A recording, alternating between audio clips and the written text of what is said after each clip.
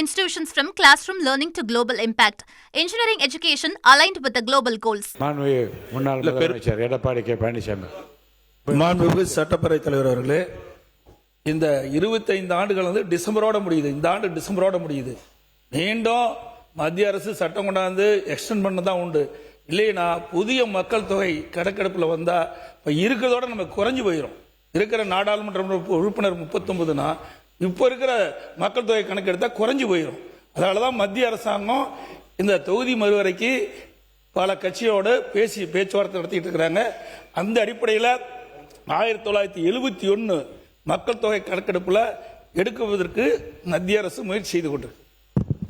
பொதுப்பணித்துறை அமைச்சர் இல்லை, அது ஒத்துக்கிறோம். டிசம்பர் முடிஞ்சிச்சுன்னா உடனடியா அதுக்கான சட்டம் இருக்குன்னு. அந்த சட்டம் இந்திரா காந்தி அம்மையார் அவர்களும் சரி, பிஜேபியோடைய பிரைம் மினிஸ்டரா இருந்த வாஜ்பாய் அவர்களுமே ஒரு சட்டத்தை கொண்டு 25 வருஷம் எக்ஸ்டென்ஷன் பண்ணாங்க. அதுதான் அனைத்து நம் தமிழ்நாடு அரசும் வலியுறுத்துங்கிறத நாங்க இங்க பதிவு பண்றோம். உறுதியாக அனைத்து மாநிலங்களும் வலியுறுத்தும் பொழுது ஒன்றிய அரசு செவிசாய்க்குங்கிற நம்பிக்கை இருக்குங்கிறத நாங்க பதிவு பண்றோம். மாண்புமிகு எதிர்க்கட்சி தலைவர். பேரவைத் தலைவர்களே, இந்த டீலிமிட்டேஷன் விஷயத்தில் நாங்கள் தொடர்ந்து எங்களுடைய ஸ்டாண்டை நாங்கள் மீண்டும் இங்கே பதிய வைக்க விரும்புகின்றேன்.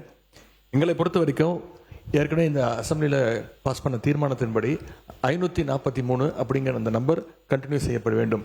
அப்படி அதில் ஏதாவது மாற்றம் ஏற்பட்டால் ஏற்கனவே தமிழ்நாட்டுக்கு இருக்கக்கூடிய 7.18% ரெப்ரசன்டேஷன் அது குறையக்கூடாது. அது ஏறலாமே தவிர அது குறையக்கூடாது என்பதுதான் திராவிட முன்னேற்ற கழகத்துடைய நிலைப்பாடு.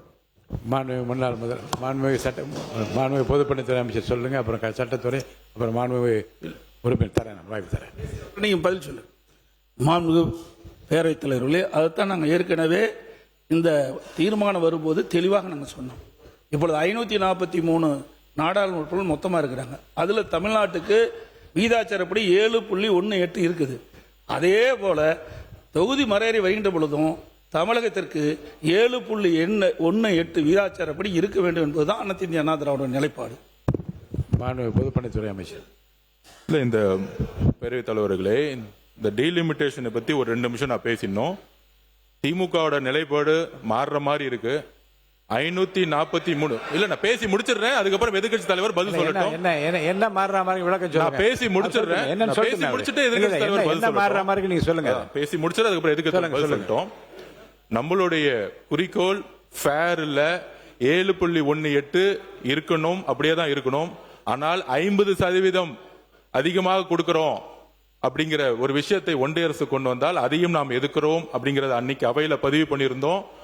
எப்படி பிஜேபியில பிரைம் மினிஸ்டர் வாஜ்பாய் தலைமையில் இருக்கும்போது 25 வருஷம் 7.18 அப்படியே மெயின்டைன் பண்ணி 25 வருஷம் சிறப்பு சட்டம் கொண்டு வந்தாரோ, திமுகவை பொறுத்த வரைக்கும் இந்த எலெக்ஷனுக்கு முன்னாடி டீலிமிட்டேஷன் வேணான்னு சொல்லிட்டு பேப்பரை எரிச்சிருக்காங்க.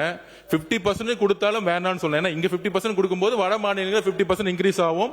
50% இன்க்ரீஸ் ஆகும்போது 5-6 மாநிலங்கள் சேர்ந்தாலே அரசியலுடைய நிலைப்பாடு வரக்கூடிய தேர்தல் காலங்களில் ஒரு கட்சிக்கான மாறுங்கிறது திமுகவும் இதுதான் வலியுறுத்துச்சு.